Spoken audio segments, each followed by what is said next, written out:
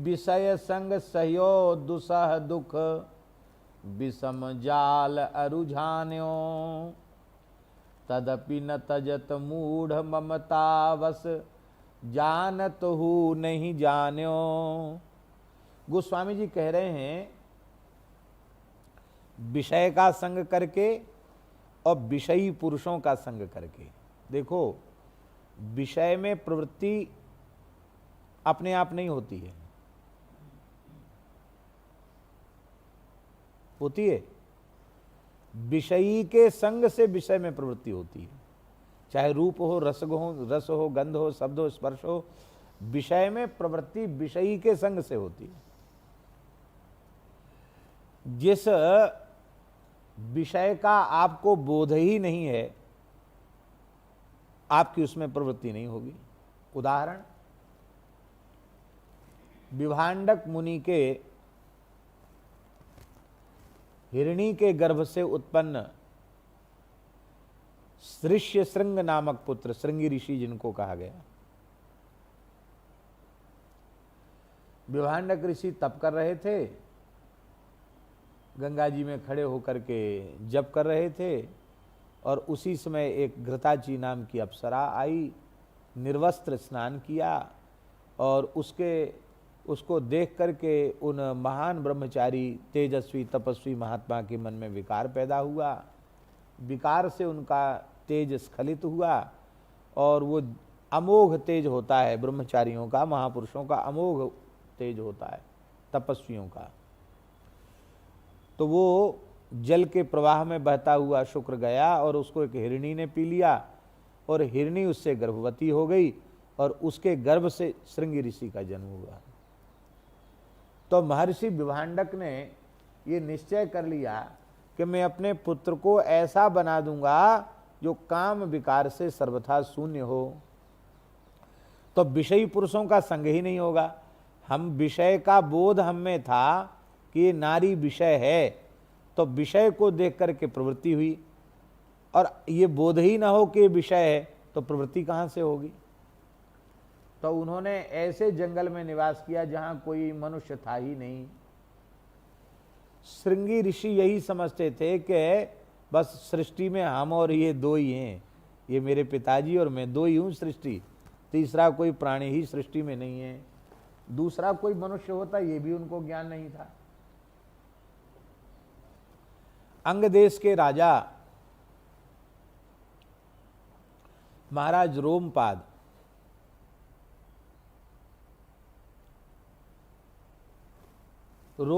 के राज्य में अकाल पड़ गया। ब्राह्मण क्षुब्ध होकर के रोमपाद के यहाँ से चले गए थे। ब्राह्मणों के तिरस्कृत होने, ब्राह्मणों के दुखित होने से इंद्र रुष्ट हो गए और राज्य में अकाल पड़ गया, हाहाकार मच गया। बहुत उपाय किए गए लेकिन सुवृष्टि नहीं हुई, अकाल की समस्या दूर नहीं हुई।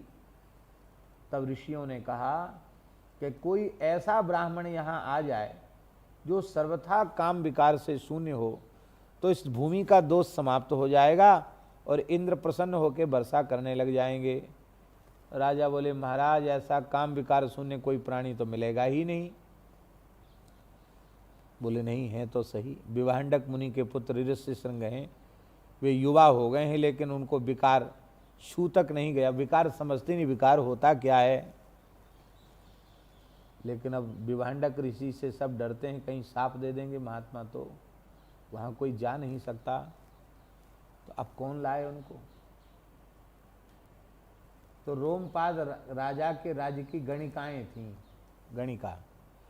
उन गणिकाओं ने कहा कि भले ही महर्षि साप देकर हमें दग्ध कर दें, पर राजा और प्रजा के हित के लिए हम अपना बलिदान करने के लिए प्रस्तुत हैं, हम जाएंगी, किसी भी पद्धति से हम लेके आएंगे। बड़ी चतुर थी।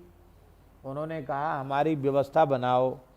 तो एक नौका, ऐसी बड़ी नौका बनाई गई जो देखने में आश्रम के जैसी लगती थी। पर्णकुटी बनी हुई है, यज्ञशाला बनी हुई है और हरियाली पौधे लगे हुए हैं, ऐसे लगे कि आश्रम है कोई। उसमें बैठ करके वे बीणा मुरज मृदंग आदि वाद्य लेकर के गईं। अब वो पता करती रहती कि विभांडक मुनि कब कब कहाँ जाते हैं। विभांडक मुनि जंगल में चले गए। अब वो मौका देखकर वे गणिकाएं आईं, सुंदर श्रृंगार किए हुए थी। तो उनको देख करके श्रृंगी ऋषि को ये समझ में नहीं आया कि ये मनुष्य हैं। उनको लगा कोई देवता हैं। आओ आओ महात्माओं आओ, हम आपको अर्घ पाद्य आदि देते हैं, आपका हमारे आश्रम में स्वागत है। हमारे पिताजी जंगल में कंदमूल फल और समिधा का संग्रह करने गए हैं, आओ आओ महात्माओं आओ। तो गणिकाएं बोली कि हम अनुष्ठान में हैं, हम किसी का प्रणाम नहीं लेते हैं, किसी का अर्घ पाद्य आदि हम नहीं लेते, हम अनुष्ठान में हैं इस समय, तो हमारे व्रत की रक्षा करो तुम। महाराज कुछ खाओ पियो। बोले नहीं ना, हमारा व्रत चल रहा, हम कुछ खाएंगे पिएंगे नहीं, बस हम तो तुम्हारे ऊपर कृपा करने आए हैं। तो एक एक करके उन गणिकाओं ने ऋषि श्रृंग का आलिंगन किया। यद्यपि वे पीछे हट रहे थे, संकोच कर रहे थे। बोले नहीं, हम लोगों का मिलने का जो प्रकार है, तरीका, वो ऐसा ही है, हम लोग ऐसे ही मिलते हैं। लेकिन उन अत्यंत सुंदरी युवतियों के द्वारा किए गए प्रगाढ़ आलिंगन चुंबन आदि से भी महर्षि ऋषि श्रृंग के चित्त में विकार नहीं जगा, क्योंकि विषयी पुरुष का कुसंग ही नहीं मिला था उनको।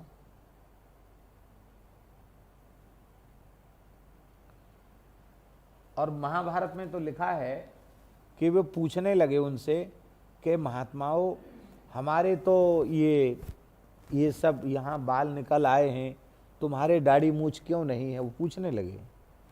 और हमारे बड़े बड़े जटा हैं, तुम्हारे तो ऐसे ये गुथे हुए कैसे हैं, या हमारे तो कपड़ा जो है वृक्ष की छाल है और तुम्हारा कपड़ा इतना अच्छा, ये क्या पहने हुए हो। और यहाँ तक उन्होंने कहा कि हम तो ऐसे ही नंग धड़ंग हैं, हमारी छाती पर तो कुछ नहीं है, तुम्हारी छाती पर ये दो मांसपिंड क्या हैं। अब उन्हें बिल्कुल विकार नहीं है, भोले बच्चे के जैसी बात कर रहे हैं वो। वे हंस रही थी, चली गई। कहा देखो, हम कृपा पूर्वक तुम्हारे पास आई हैं, ये बात अपने पिताजी को मत बताना। हाँ, ये तो तुम्हारी तपस्या का फल है। पिताजी आए तो उन्होंने देखा कि कुछ उदास से हो रहे हैं, चिंता, उनका चिंतन कर रहे थे ना। कहा कोई यहाँ आया था, तुम उदास से हो, ये कुछ बोले नहीं। तो बोले देखो, तमाम मायावी लोग यहाँ डोलते हैं जंगल में, सावधान रहना। धीरे धीरे उन्होंने आना जाना शुरू किया। अब फिर बोले कि हम इतनी बार तुम्हारे आश्रम में आए, तुम एक बार भी हमारे आश्रम में नहीं आ सकते, चलो हम आपके आश्रम में। तो पिताजी जाएंगे, महर्षि जाएंगे, तभी तुम हमारे आश्रम में चलना। गंगा किनारे ले गई और आश्रम, वो नौका में ही आश्रम जैसा बना रखा था, भीतर उनको बिठा दिया। और उन्होंने आज तक संगीत नहीं सुना था, संगीत होता क्या है। पक्षियों का कलरव सुना था, संगीत जानते ही नहीं थे बेचारे महात्मा।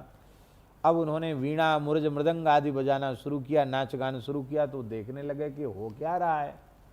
और देखते देखते गंगा पार हो गए। पार हो गए तो रोम बोले महाराज अब हो गया, अब आप पधारिए। तो जैसे ही उन्होंने नौका से नीचे पैर रखा, रोमपाद राजा के राज्य में रखा, गड़गड़ गड़गड़ गड़गड़ बादल गरजने लगे, बिजली चमकने लगी और जोर जोर से पानी बरसने लग गया, आकाश से पुष्प वर्षा होने लग गई।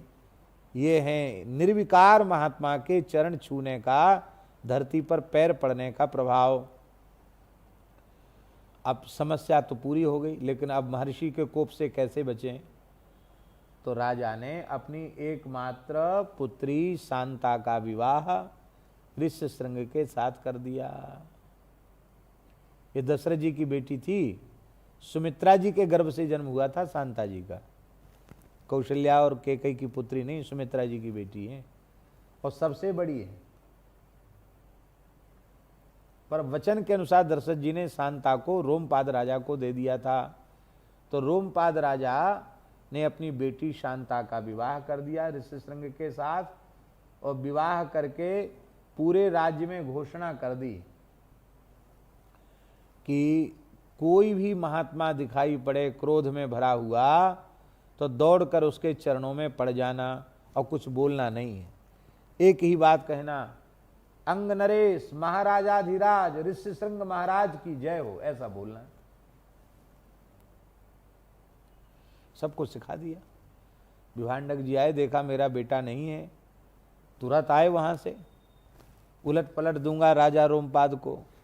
लेकिन जैसे ही प्रवेश किया मल्लाहों ने कहा, महाराज आधिराज ऋष्यशृंग महाराज की जय हो, महाराज प्रणाम।